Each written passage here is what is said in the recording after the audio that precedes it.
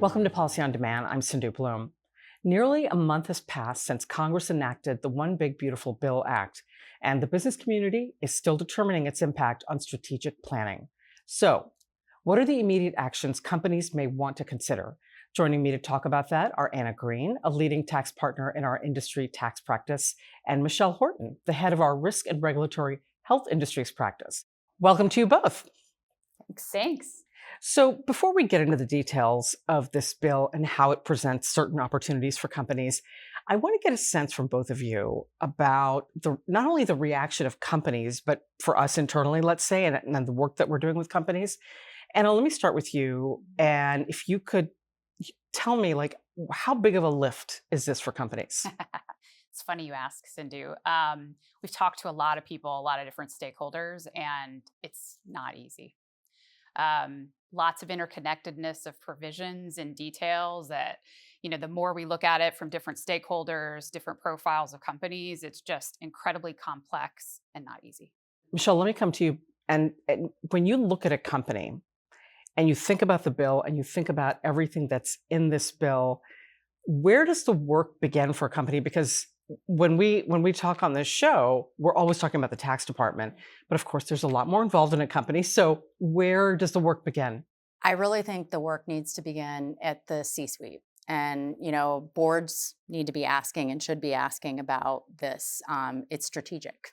And so with that, you need not only your tax leader, but you need your chief operating officer, your CFO, your strategy leader, potentially your technology leader. There's a lot of opportunity to take advantage of here potentially, and that's really part of the hard part beyond just deciphering what's in the bill. And are there companies where the work has not begun there?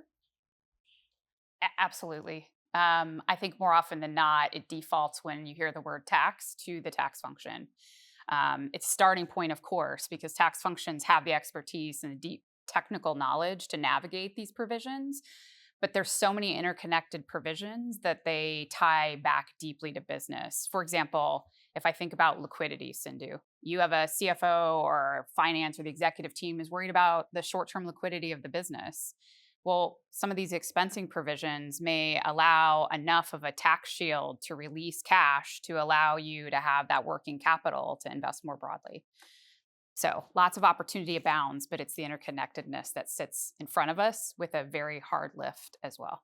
So Anna, let me stay with you. I want to find out what is most impactful in this bill. And it's not just about tax. So, as I mentioned, we're looking at companies holistically. So what is most impactful for business leaders and what do they need to pay attention to today?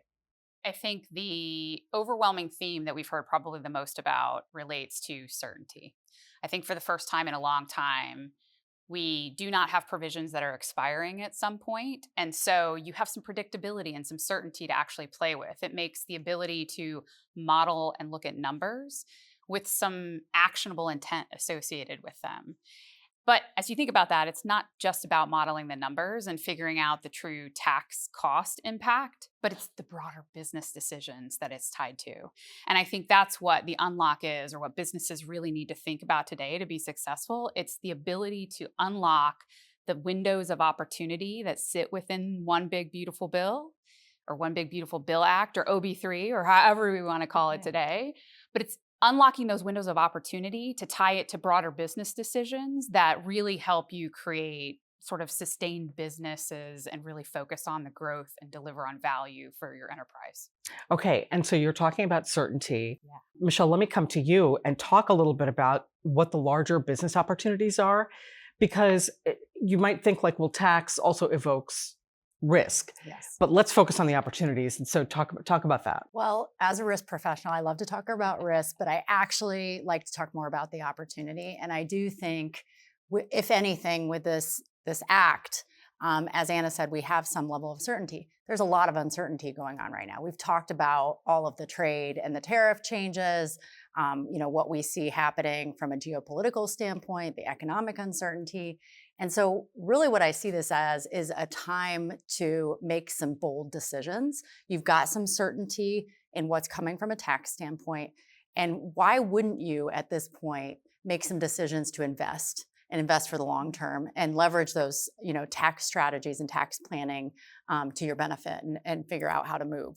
A lot of companies are talking about AI and investments in innovation. Now would be the time to do that. When are you going to regret spending money on an innovation that's going to bring you forward versus, looking back? Right. Anna, let me come back to you. Let's put ourselves in the position of a successful company. So how is that successful company, and you're talking to companies and you're having these conversations internally as well. So what does that successful company look like? How are they capitalizing on the opportunities? Yeah, if we put ourselves in the shoes of what we're hearing is happening right now through everyone and the clients that we work with, right now, tax functions have sat down and they've run numbers. They immediately, once the bill was released, sat down, did their modeling, came up with some conclusions around this is the amount that bill would potentially impact us. The question is where does it go next? And I think where the real unlock is and what successful companies are doing is it doesn't just stop with that initial modeling and thinking about, oh, well, let's make the elections, let's make some decisions and then continue to move forward. It's connecting it to the broader business decisions that are in play, as we were saying earlier. So if you think about that, what does really that mean? Let's use an example of a company because I think it's easier to kind of put it in context. So let's say a company runs its numbers and they look at it and they realize that through their modeling that they're going to have a 2% increase in their cash tax costs. But by the way, they just recently made a decision to absorb all of their tariff charges at the same time, which is going to erode 3% margin at the same time. So you're looking at 5% potentially hit that's coming through because of some of these provisions. So the question is what happens next? Do they stay put and just absorb the cost of that as a traditional cost of doing business and just sit with the outcome that's going to occur every year because now we have certainty, we know what these provisions are? Instead, what successful companies are doing, they're not only evaluating that option, but they're taking it to the next step of, hey, we've been thinking about our R&D center that sits in Singapore, and we have a big opportunity with a potential JV in Germany. Maybe we want to look at moving IP, and maybe we want to think about other things that may minimize trade flows and help with our tariff impact. At the same time, it's going to help with the opportunity, and they're trading maybe a one-time cost of making those moves for repeated certainty and benefit under this bill versus the repeated impact and costs that they had in the initial scenario. And maybe that's not enough because maybe instead of just moving IP, they think, well, the US is offering an incredible amount of incentives on the table as well.